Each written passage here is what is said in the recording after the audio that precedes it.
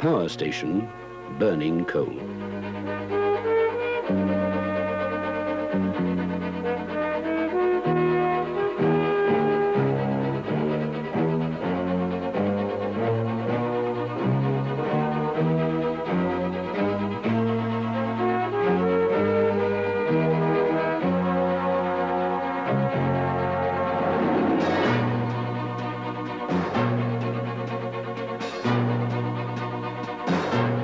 A colliery producing coal.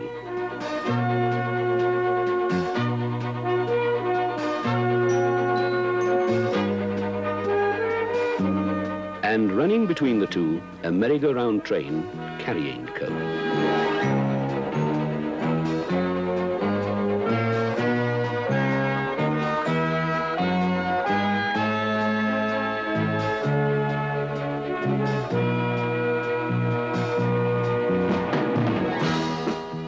A ton for every foot of the train. Coal round the circuit and round the clock. Over 1 million tons a week.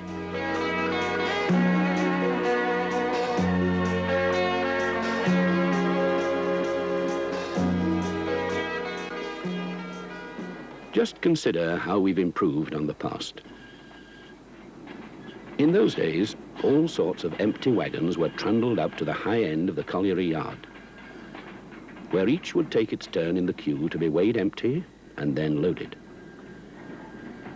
No more than one wagon could be filled at a time. The coal trickled through slowly as it was produced. And if you weren't careful, a wagon would run away down the slope unless securely braked. Only a few full wagons at a time could be run back down the gradient. They had to be controlled by a man with a brake stick. Often it was the same man who loaded the wagons. The full wagons ambled to another weighhouse, where their loaded weights were recorded. A weigh ticket was made out for each of them, and only then could they depart for the sidings. In the sidings they stood and waited and waited. They continued to wait until a railway loco arrived with a raft of empty wagons. The empties disappeared up the yard to join the queue. The full wagons were taken away for delivery to a power station. When they arrived, they had to wait again in the sidings until they could be emptied. The discharge point at the power station could only take a few wagons at a time, not the whole of the train. A dozen wagons or so, at most, would be taken from the sidings to where the coal would be emptied by upturning the wagons.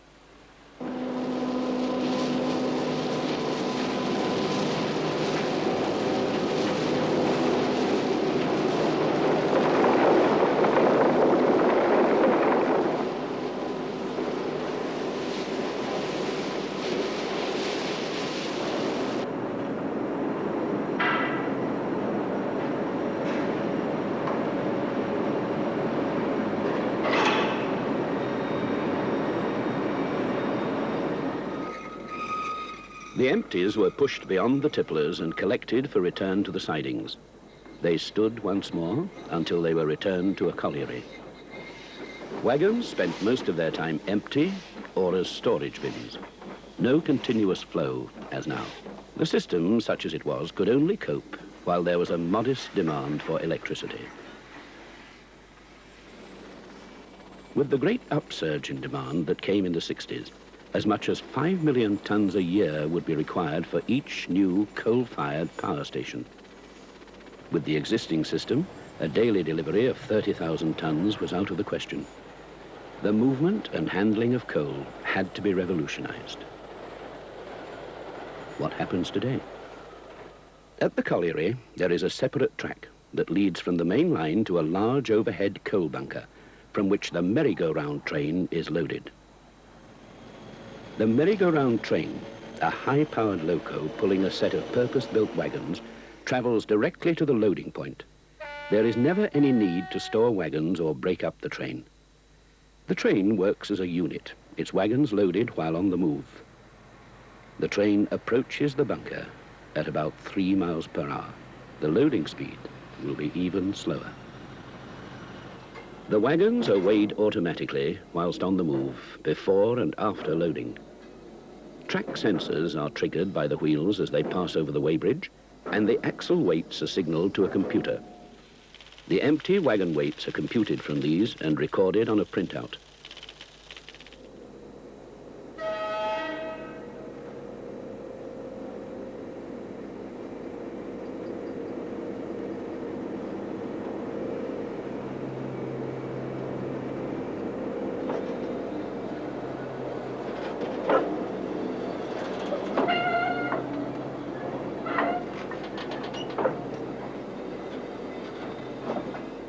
The train travels through the bunker house.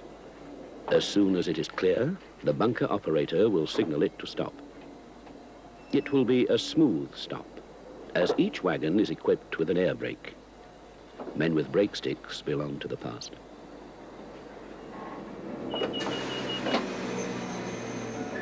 The train is now recalled for loading. It reverses all the way back at half a mile per hour, the most suitable loading speed. In the old days, coal was loaded into wagons as it was produced. Any stoppage in production meant delay in loading. Now the coal is stored in overhead bunkers so that stocks are always available. An operator knows to a nicety how to fill a wagon. The bunkers can store up to 3,000 tons of coal. Clamshell doors, worked hydraulically, release the coal over the full length of the bunker. 4 wagons are loaded simultaneously, each one holding around 32 tons.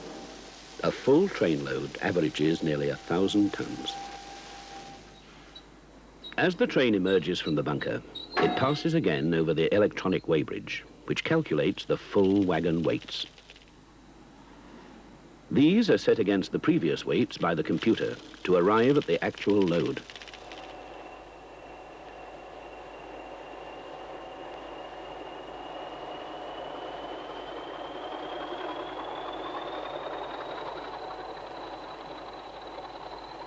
An average train will take about 25 minutes to load.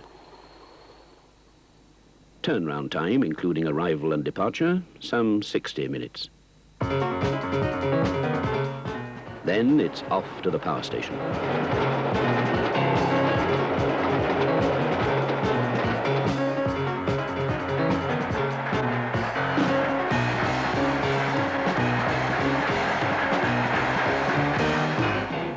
Up to a dozen collieries may serve a single power station, with as many as 30 merry-go-round trains running into the station over distances of 20 miles or more. Every merry-go-round train runs to a timetable, but the system is sufficiently flexible to allow trains to be diverted quickly to other power stations if the need arises. Trains now run at speeds of up to 45 miles per hour, much faster than the old unbraked trains, with vastly reduced journey time. On arrival at the power station, the train slows to 15 miles per hour. It enters a loop line. This is a continuous track running through the unloading point and around the site to join the main line. The incoming train is signalled to one of 2 tracks leading over the hoppers, to which the coal will be dropped. Twin tracks allow 2 trains to be emptied at the same time. The train moves forward at half a mile per hour. As the train enters the hopper house, the loco triggers off the sensors that actuate the auto-tripping gear. Cams release the safety catches on the wagons. In sequence following that, other trackside equipment opens the 3 pairs of bottom doors on the wagons to allow the coal to drop out. Because the sides of the wagons are steeply sloped, the coal can run out freely and rapidly. There is an even distribution of coal over the length of the hopper. 5 wagons at a time drop their coal. The sequence is continuous. As the wagons emerge, both sides are viewed for wear and tear. The pairs of bottom doors are closed automatically. The safety catch is reset. All these operations are completed on the move.